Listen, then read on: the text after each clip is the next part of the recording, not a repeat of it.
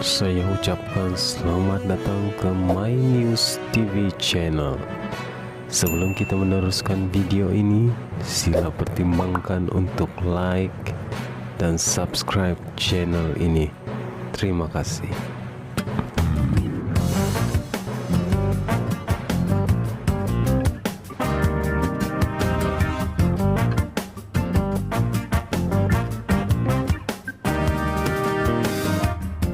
Salam sejahtera, info menarik hari ini. Menanti agenda besar Anwar untuk Borneo selepas 25 tahun.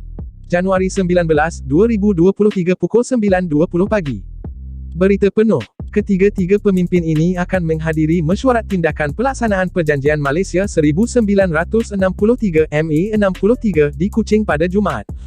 Autonomi kesihatan, mekanisme pelaksanaan projek bawah RM50 juta dan penurunan kuasa persekutuan kepada jabatan dan agensi negeri dijangka menjadi mauduk perbincangan dalam mesyuarat Majlis Tindakan ME 63 yang akan berlangsung di Bilik Majlis Raja-Raja di Dewan Undangan Negeri Sarawak pada Jumaat.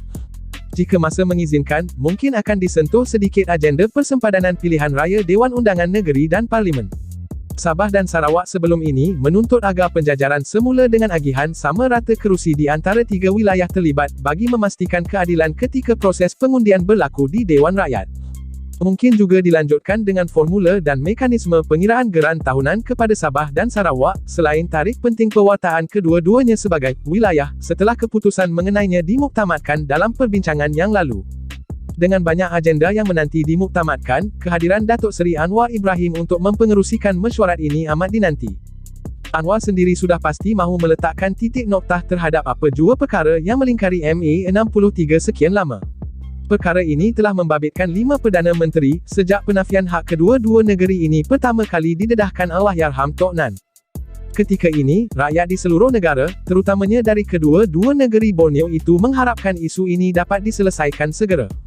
Mereka mahu hak yang seharusnya dimiliki ketika persetujuan penubuhan Malaysia direalisasikan dan bukan sekadar tertulis atau ditandatangani di atas dokumen. Apatah lagi setelah Anwar memanjangkan tanggungjawab ini ke atas bahu timbalannya, yang juga anak jati Sarawak, Datuk Seri Fadilah Yusof, yang dilihat lebih memahami akan latar dan keperluan tuntutan hak itu. Kerana itu Fadilah secara terang-terangan sebelum ini mahu isu ini diselesaikan dalam 1 bulan.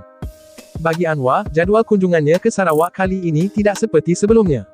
Beliau tidak terkejar-kejar menghadiri mesyuarat parti sebelum berebut ke lapangan terbang, seperti 2 kunjungan terakhir ke Kuching.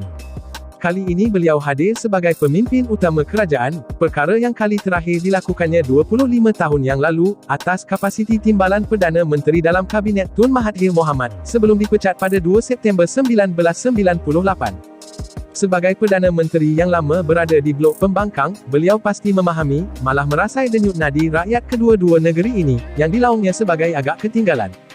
Justru mesyuarat ini penting, bukan sahaja untuk memastikan pemulangan hak, malah menambah baik agar sejajar dengan keperluan semasa. Inilah waktunya untuk garis dilakar bagi menentukan apa sebenarnya beza di antara wilayah dan negeri, bagi mempermudahkan semua pihak untuk move on. Setelah 60 tahun bersama membentuk Malaysia, Pulau Seberang Laut China Selatan ini telah mencipta sejarah apabila diberi peluang menduduki kerusi timbalan Perdana Menteri.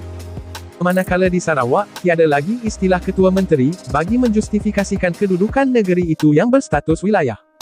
Kerana itu, mesyuarat ini dilihat amat signifikan sebagai langkah pemula kepada Malaysia bentuk baharu, yang akan melihat usaha yang lebih gigih untuk mencipta quantum leap, bagi membolehkan pembangunan di Sabah dan Sarawak diganda dan disegerakan, setara dengan tanah semenanjung.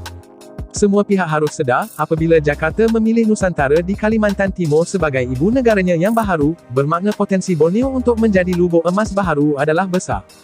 Malaysia perlu melihat serius perkara ini, kerana tidak mustahil, suatu ketika kelak, salah satu daerah di Baram maupun di Kapit mungkin berpotensi menjadi putrajaya baharu bagi Malaysia.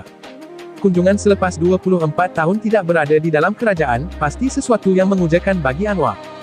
Beliau pernah menolak permintaan pembangunan yang dibawa oleh Datuk Seri Wan Junaidi Tuanku Jaafar suatu ketika dahulu ketika menjadi Menteri Kewangan, kerana tiada keperluan.